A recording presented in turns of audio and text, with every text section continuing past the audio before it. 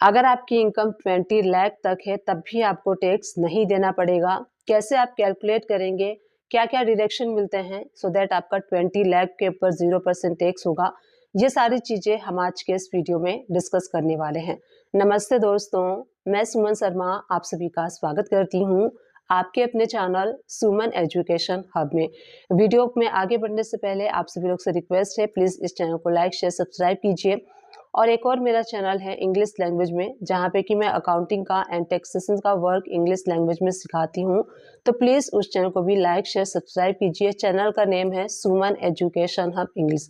तो चलिए आज के इस वीडियो को स्टार्ट कर लेते हैं।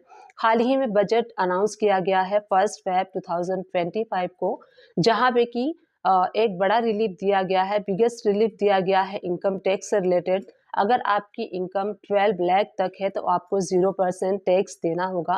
87A का रिबेट आपको मिल जाता है और 12 लाख तक की अगर आपकी इनकम है तो वो 0 हो जाती है।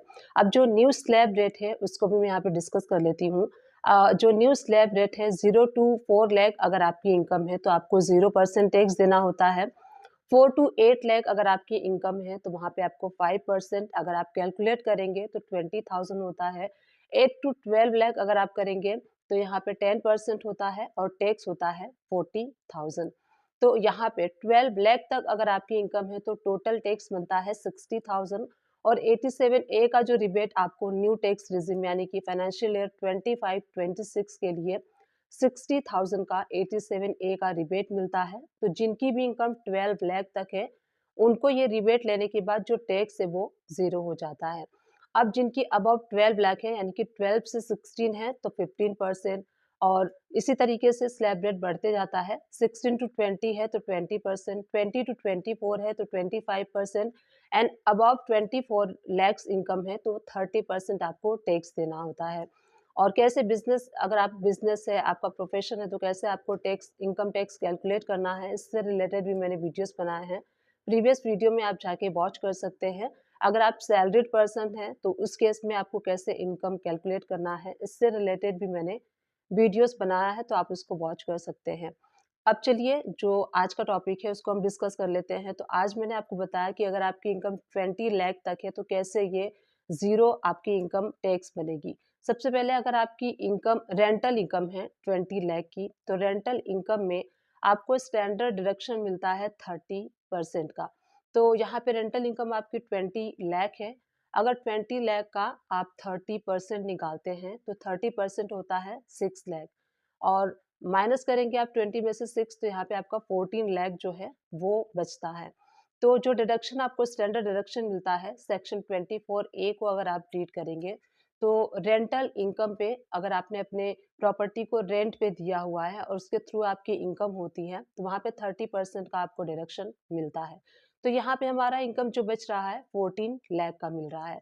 तो न्यू रिजिम में एक और डिडक्शन आपको मिलती है। अगर आपने अपनी प्रॉपर्टी को, जो आपकी हाउस प्रॉपर्टी है उसके ऊपर आपने लोन लिया है और लोन पे आप इंटरेस्ट पे करते हैं तो इंटरेस्ट का भी आपको डिडक्शन मिलता है 2 लाख का। तो यहाँ पे 14 लाख में से अगर आपने लोन लिया है और लोन का इंटरेस्ट आपने पूरे साल में मान लीजिए कि 2 लाख दिया हुआ है तो 2 लाख का भी डिडक्शन आपको मिलेगा। तो यहाँ पे आपका इनकम हो जाता है 12 लाख। तो 12 लाख अगर आप स्लैब रेट के अकॉर्डिंग देखेंगे तो यहाँ पे आपका 0 हो जाएगा 87A का रिबेट लेके। तो इस तरीके से अगर आप कैलकुलेशन करते हैं तो 20 लाख पे अगर आपकी रेंटल इनकम है तो 20 लाख के इनकम पे भी आपका टैक्स जो है वो 0 बनेगा। जो सेक्शन 24A है उसमें आप रीड करेंगे तो मेंशन किया हुआ है। अगर आप इसको रीड करना चाहते हैं तो इनकम टैक्स के पोर्टल को आपको ओपन कर लेना है। वहाँ पे एक्ट में आप जाएंगे तो 115 BSE एक्ट ओपन करना है आपको, एंड वहाँ पे सेक्शन 24A में क्लॉज नंबर बी में आप जाएंगे तो वहाँ पे मेंशन है।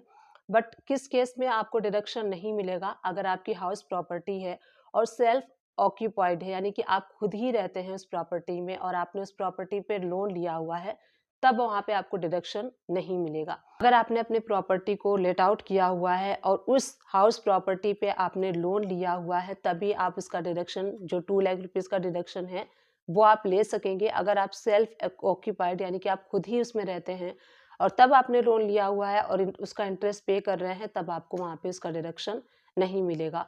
तो उम्मीद करती हूँ आज के इस वीडियो में जो हमने डिस्कस किया कि आपकी रेंटल इनकम अगर 20 लाख है तो कैसे आपको डिडक्शन लेना है, स्टैंडर्ड डिडक्शन 30% का कैसे आप मैनेज करेंगे। उसके बाद एक और डिडक्शन जो है, जो कि आप लोन लेते हैं एंड लोन के ऊपर जो इंटरेस्ट पे करते हैं, उसका भी 2 लाख का डिडक्शन लेने के बाद कैसे 20 लाख के रेंटल इनकम पे आपको 0% टैक्स देना है। ये वीडियो आप सभी लोग के लिए हेल्पफुल रही होगी। अगर हेल्पफुल रही है तो प्लीज़ चैनल को लाइक शेयर सब्सक्राइब कर दीजिएगा। Thank you for watching, keep watching.